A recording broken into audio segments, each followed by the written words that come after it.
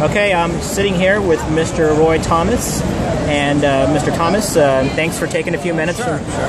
We're here at Comicpalooza. This is Peter with Geek Sushi, and I wanted to ask you a few questions about some of your work. Should I look at that? Yeah, that's fine.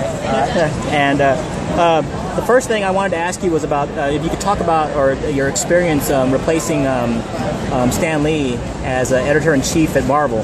Talk about that time and Well, I wasn't really replacing him.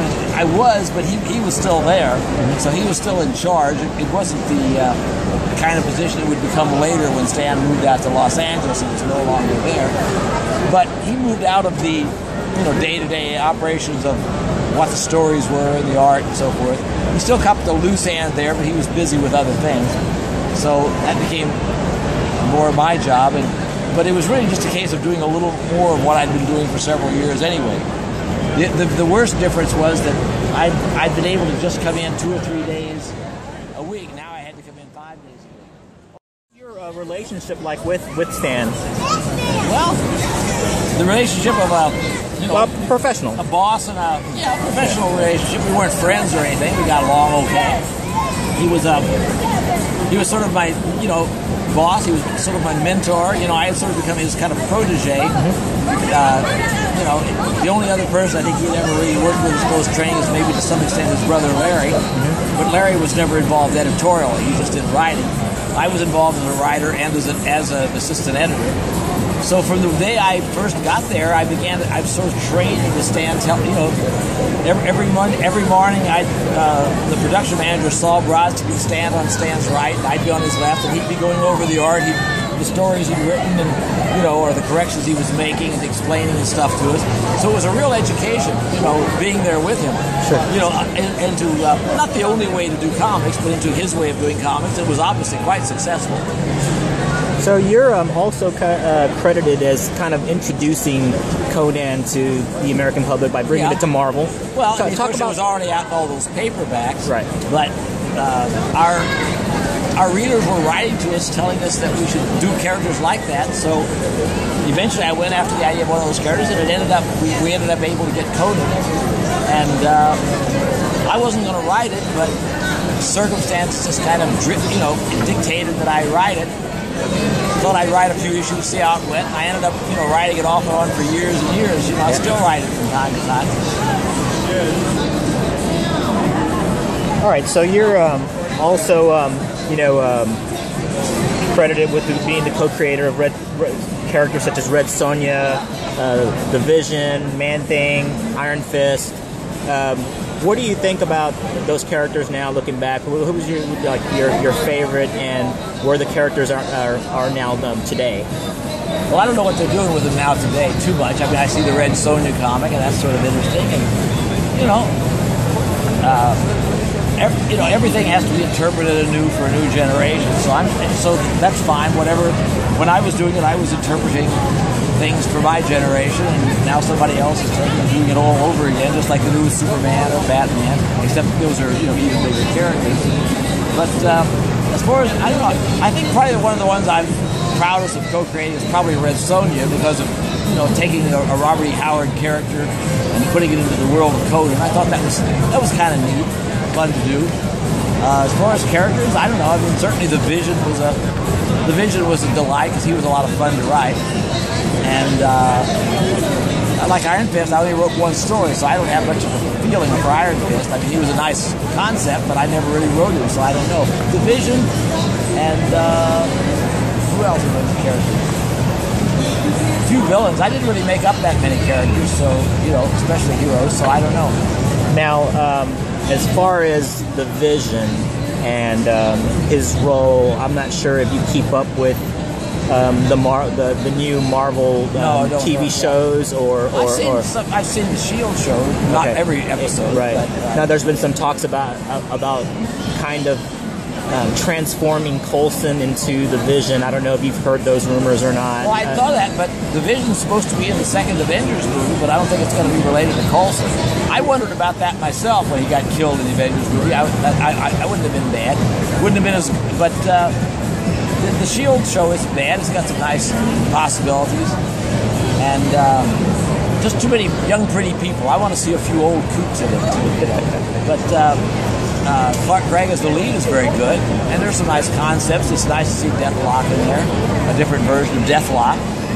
So, you know, I mean, it's kind of nice to see all the various things that they're doing with them. You know, they're not quite the original comic character, but, you know, that's okay. Things change.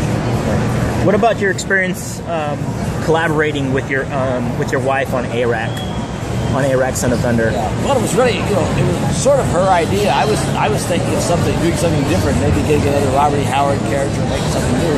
And she had this idea about this American Indian who discovers Europe. So that was a kind of an interesting twist. And we thought, well, that'll be a lot of fun. We set it in 800 AD, which is sort of the last time I felt like when we could almost come to a Conan-esque world where you sort of thought that magic existed maybe, and something.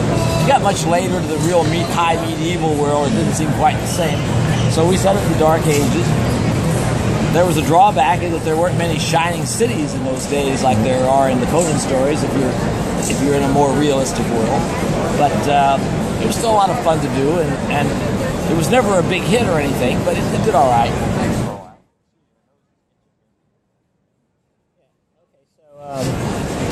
I guess you talked a little bit with some of the fans here about some new projects that you're working on. Yeah. What do you have coming up? Well, let's see. Of course, I continue to work on the Spider-Man newspaper strip with Stan, and have been doing that since 2000. Let's see. You mentioned something about Tarzan. Yes, I do 2 online comic strips of Tarzan, and a new forthcoming John Carter of Mars strip for the Edgar Rice Burroughs Incorporated website, and several other people are doing strips, so there are about 10 or so strips on there now, adapting some of Burroughs' work or continuing it or whatever, and that's kind of nice. I always liked Burroughs. He was a big influence on me, as well as indirectly on so much of comics and science fiction. Then I do the strip for this Dutch comic, but I can't read it, of course, when it's published because it's in Dutch, you know.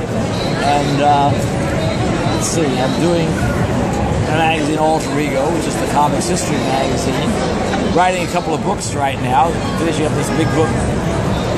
They're both for the German publisher Taschen, and one of them is on Marvel and one is on Stan Lee. The one on Marvel will come out this year. The one on Stan Lee will be out in the next year or two. They're both these big, huge books. Okay. And I'm supposed to write a couple of comics for Marvel. Not just a couple of issues really, but I don't know what of yet. I haven't been told. Tom DeFalco is hamming them, and he said he'd like me to do something, but he hasn't told me exactly what it is yet, because I was going away this weekend, so we didn't get a chance to talk again. And I was talking with Mike Richardson of Dark Horse the other day about doing something for them, but it's not quite settled as to what. And with that and a few other projects, it keeps me busy. Yeah. Okay. I guess last question I wanted to ask you about. You had mentioned that when you were co-creating or creating these characters back in the 70s or what have you, you guys knew that you didn't really own the characters. And then with so much stuff being creator-owned these days, but thinking back, you did mention some things about Marvel and how they did compensate you or they take care of you with pensions and all that. Yeah. So talk about Well, I'm not going to go into detail about it because I've never been asked not to, but I don't feel like divulging the details. But they are trying to make some deals with people now to have them have some participation, or in a relatively minor way. I mean, compared to the millions of dollars the budgets are, but it was fair compensation if they use some of your characters that you co-created in the movie, the writer and the artist.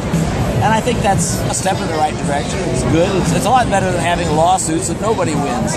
You fight, and at the worst you get is you get bad publicity or something like this. It's much better to make settlements, give somebody a little money and a little credit, and then they're happy. They'll be your biggest boosters, And I think that's very smart for Marvel to do this. It took a while for them to get around to it, but I'm glad they're doing it now, and I think it's great.